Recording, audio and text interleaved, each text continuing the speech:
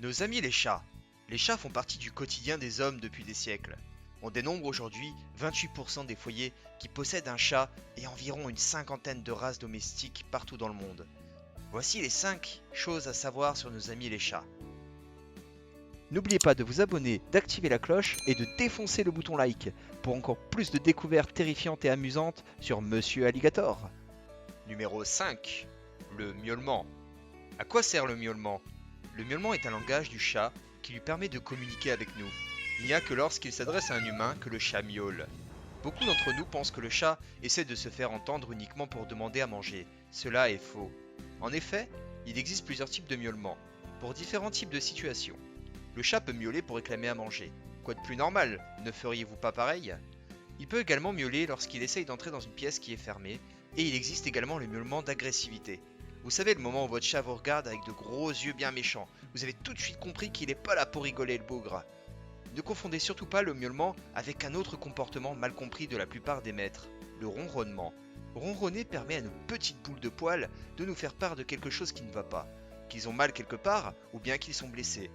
Sachez que le ronronnement d'un chat peut favoriser sa guérison, ce qui explique pourquoi les chats ronronnent quand ils sont stressés ou blessés.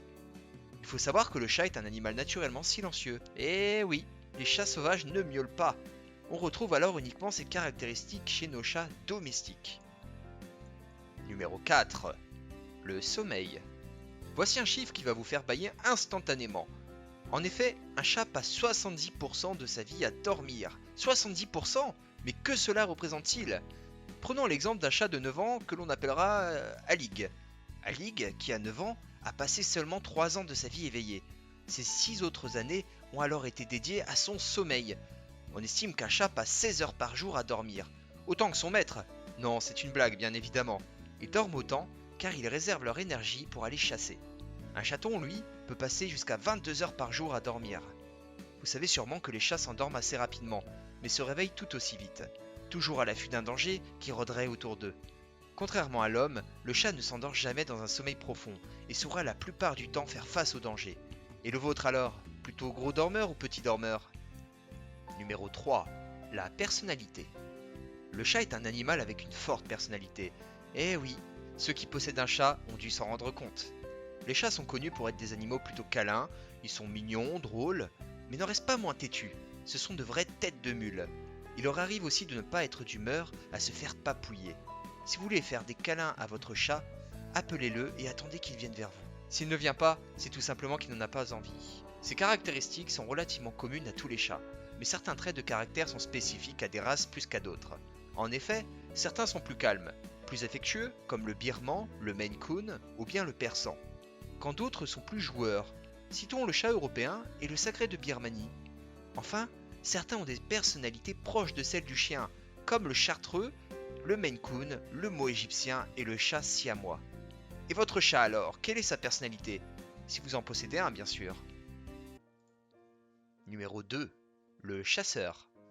Tout à coup, au milieu de la nuit, alors que vous dormez paisiblement en train de rêver de votre mignon adoré, vous entendez des couinements dans votre chambre. Non, vous ne rêvez pas. Votre chat a probablement ramené un visiteur à la maison.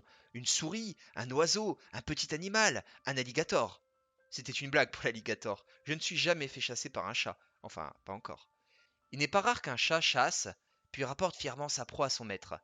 Certains supposent que lorsqu'un chat ramène une souris, il souhaite faire un cadeau à son maître. Oui, il pense que vous feriez un excellent repas avec une souris chassée par ses soins. C'est gentil de sa part, non? Il pense à vous. Si votre chat ramène une proie, ne le grondez surtout pas. Il ne comprendrait pas en quoi son comportement a été inapproprié. Souvenez-vous que votre chat est un chasseur et voyez ainsi la proie sous un autre angle. Numéro 1. Le bien-être. Ronron thérapie. Le nom vous fait sourire et pourtant c'est très sérieux. Le chat possède de véritables pouvoirs thérapeutiques. Il rend zen, il nous apaise, nous déstresse, soigne nos insomnies et chasse nos idées noires. Le soir, après une journée de travail difficile, vous n'avez pas envie de communiquer avec les autres. Vous êtes bougon. Alors, vous prenez votre chat sur vos genoux et vous lui racontez tous vos soucis. Plusieurs études récentes montrent que les gens qui vivent avec un chat ont une meilleure santé psychologique que ceux qui vivent sans. Avoir un chat réduit les risques de crise cardiaque de plus de 30%, et certains hôpitaux utilisent le pouvoir réconfortant des animaux pour aider à soigner. Et oui, quand votre chat ronronne sur vos genoux, tous les ennuis sont vite oubliés. Voici les 5 choses à savoir sur nos amis les chats. N'oubliez pas de mettre un pouce bleu et de vous abonner si vous avez aimé la vidéo. À la prochaine, c'était Monsieur Alligator.